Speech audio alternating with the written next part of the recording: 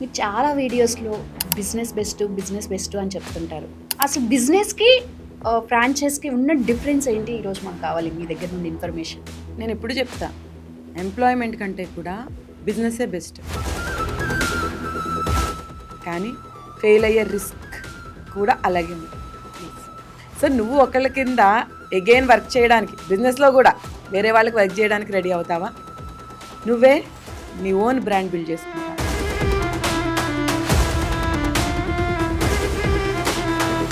So ఇవన్నీ కాకుండా మాకు క్లియర్ కట్గా చెప్పండి, ఫ్రాంచైజ్లో ఎక్కువ రిస్క్ ఉంటుందా? ఓన్ బ్రాండ్ క్రియేట్ చేసుకునే వాళ్ళ దగ్గర ఎక్కువ రిస్క్ ఉంటుందా? ఖచ్చితంగా ఓన్ బ్రాండ్లోనే రిస్క్ ఎక్కువ. నా ఆఫీస్ స్టార్ట్ చేసుకున్నప్పుడు నాకు ఒక్క ఫైల్ కూడా లేదు, జీరో అంటే నెగటివ్. కానీ ఈరోజు నేను ఆఫీస్కి వెళ్ళకపోయినా కూడా నా వర్క్ జరుగుతుంది. నేను ఇన్నాళ్ళు ఒక 15 ఏళ్ళు కష్టం పడ్డాను కాబట్టి దాని రివార్డ్ ఈరోజు ఎంజాయ్ చేస్తాను. నా దగ్గర మనీ ఉంది, టైం ఉంది, చెయ్యాలన్న బర్నింగ్ డిజైర్ ఉంది. నా బ్రాండ్ క్రియేట్ అవ్వాలి, నాకు ఒక విజన్ ఉంది. ఫర్ ఎగ్జాంపుల్ మీరు అన్నట్టు పిజ్జా షాప్ ఉంది. పిజ్జా షాప్ని కొంతమంది ఫ్రాంచైజ్ తీసుకున్నారనుకోండి, అసలు ఏది ఫ్రాంచైజు ఏది ఒరిజినల్ బ్రాండ్ అనేది మనకి డిఫరెన్స్ తెలుస్తుందా?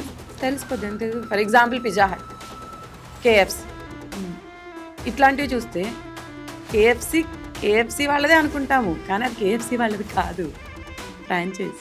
దీని ఓనర్ ఎవరు, డైరెక్ట్గా ఇది ఓన్ బ్రాంచా, లేకపోతే ఎవరైనా ఫ్రాంచైజ్ తీసుకుంటారు? It is none of our business. Hello madam. Hi Ramya. మీరు చాలా వీడియోస్లో బిజినెస్ బెస్ట్ అని చెప్తుంటారు. ఇక్కడ బిజినెస్లో కూడా కొన్ని ఫ్రాంచైజెస్ అంటారు. అసలు ఫ్రాంచైజెస్ అంటే ఏంటి? అసలు ఫ్రాంచైజెస్కి ఉండాల్సిన టర్మ్స్ అండ్ కండిషన్స్ ఎలా ఉంటాయి? అసలు బిజినెస్కి ఫ్రాంచైజ్కి ఉన్న డిఫరెన్స్ ఏంటి? ఈరోజు మాకు కావాలి మీ దగ్గర నుండి ఇన్ఫర్మేషన్. నేను ఎప్పుడు చెప్తా, ఎంప్లాయ్మెంట్ కంటే కూడా బిజినెసే బెస్ట్. అంటే నువ్వు రిచ్ అవ్వాలి అనుకుంటే, నాకు రిస్క్ వద్దు అనుకుంటే ఎంప్లాయ్మెంట్లో కంటిన్యూ అవ్వు. బిజినెస్లోకి రావాలి అనుకున్నప్పుడు మనకు వచ్చే డౌట్, ఫ్రాంచైజీకి వెళ్ళాలా లేకపోతే నేనే ఓన్ బ్రాండ్ బిల్డ్ చేయాలా? ఎస్, ఓన్ బ్రాండ్ అంటే అది ఎప్పుడు మనది. ఓకే, దాని ఓనర్ నువ్వు, ఫౌండర్ నువ్వు, దానికి వచ్చే రెస్పెక్ట్ వేరుగా ఉంటుంది. కానీ ఫెయిల్ అయ్యే రిస్క్ కూడా అలాగే ఉంటుంది. కానీ నీకు రివార్డ్ రావాలి అంటే రిస్క్ కంపల్సరీ తీసుకోవాలి. నేను అంత రిస్క్ తీసుకోలేను అనుకుంటే మనకుండే ఆప్షన్ ఫ్రాంచైజీ. ఓకే ఓకే, రెండింటిలోనూ డబ్బులు పెట్టాలి, ఏదైనా డబ్బులు పెట్టాలి. కానీ నువ్వు నీ ఓన్ బ్రాండ్ బిల్డ్ చేసుకుంటే నువ్వే 100 మందికి ఫ్రాంచైజీలు ఇవ్వగలుగుతావు. అంటే నువ్వు వర్క్ చేసినా చేయకపోయినా నీ దగ్గర ఫ్రాంచైజీ తీసుకున్న వాళ్ళు వర్క్ చేస్తే నీకు డబ్బులు వస్తాయి. అవును. సో నువ్వు ఒకళ్ళ కింద ఎగైన్ వర్క్ చేయడానికి, బిజినెస్లో కూడా వేరే వాళ్ళకి వర్క్ చేయడానికి రెడీ అవుతావా? నువ్వే నీ ఓన్ బ్రాండ్ బిల్డ్ చేసుకుంటావా అన్నది మ్యాటర్స్. అయితే ఇప్పుడు ఓన్ బ్రాండ్ క్రియేట్ అవ్వాలంటే ఇది షార్ట్ టైంలో అయ్యేది కాదు, లాంగ్ టర్మ్ ఉంటుంది. ఆల్రెడీ బిల్డ్ అయిపోయిన బ్రాండ్ కింద బిజినెస్ చేసుకుంటే ఎర్లీగా మనీ అనేది జనరేట్ అవుతుంది అనేది కూడా కొంతమందిలో ఉద్దేశం ఉంటుంది. ఎగ్జాక్ట్లీ. ఫర్ ఎగ్జాంపుల్ నా ఆఫీసే తీసుకుందాం, నాదొక సిఏ ఆఫీస్. ఓకేనా, నా ఓన్ బ్రాండ్ నేను బిల్డ్ చేసుకున్నా, దీనికి ఒక క్రెడిబిలిటీ ఉంది. ఓకేనా, సో ఇప్పుడు నేను ఏం చేస్తున్నాను, I'm expanding my firm. Okay, so ఇప్పుడు ఎట్ ప్రజెంట్ మనం హైదరాబాద్లోనే ఉన్నాం, బట్ పాన్ ఇండియా చేయాలన్నది నా డ్రీమ్. కానీ అన్ని దగ్గరలో నేను ఉన్నాను కదా, సో నేనేం చేస్తున్నాను, ఐఎమ్ టేకింగ్ పార్ట్నర్స్. ఓకే, ఇప్పుడు వాళ్ళ పేరు పెట్టుకోవడానికి ఉండదు, నా పేరుతోనే వాళ్ళు చేయాలి. లక్ష్మి పేరు, Lakshmi is the managing partner. So India మొత్తం మీద 100 బ్రాంచులు ఉన్నా కూడా లక్ష్మి బ్రాండ్ కింద బిల్డ్ అవుతాయి. ఓకే, ఓకేనా, అండ్ నా బ్రాండ్ వాడుకుంటున్నారు కాబట్టి నాకు వాళ్ళు వాళ్ళ ప్రాఫిట్లో షేర్ ఇవ్వాలి.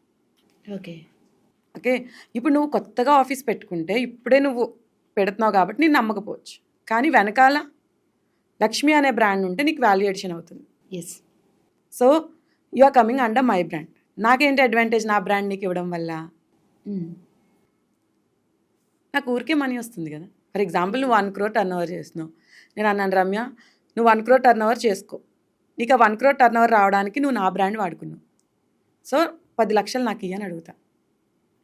నువ్వు ఓన్గా బ్రాండ్ బిల్డ్ చేసుకున్నావు అంటే నీకు 10 లక్షల రూపాయల ఫైల్ కూడా రాదు.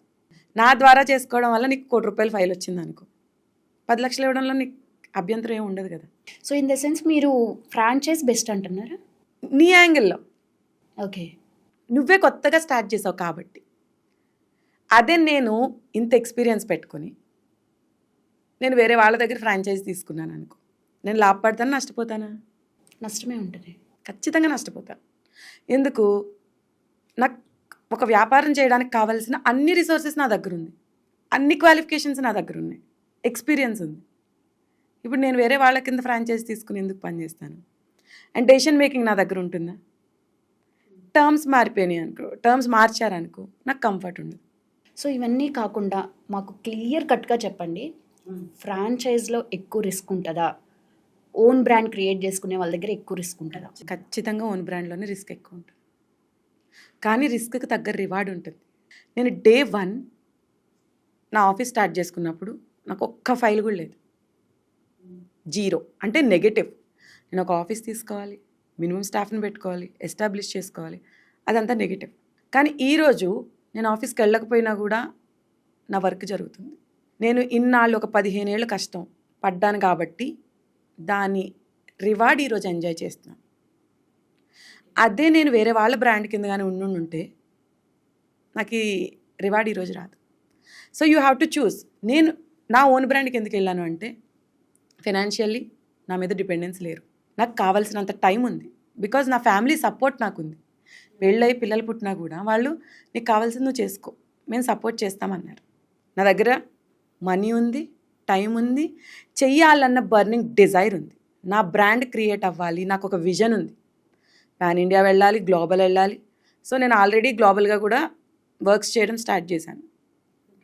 సో మనకి యూఏఈ నుంచి క్లయింట్స్ ఉన్నారు, యూఎస్ఏ నుంచి ఉన్నారు, యూకే నుంచి ఉన్నారు, కెనడా నుంచి ఉన్నారు.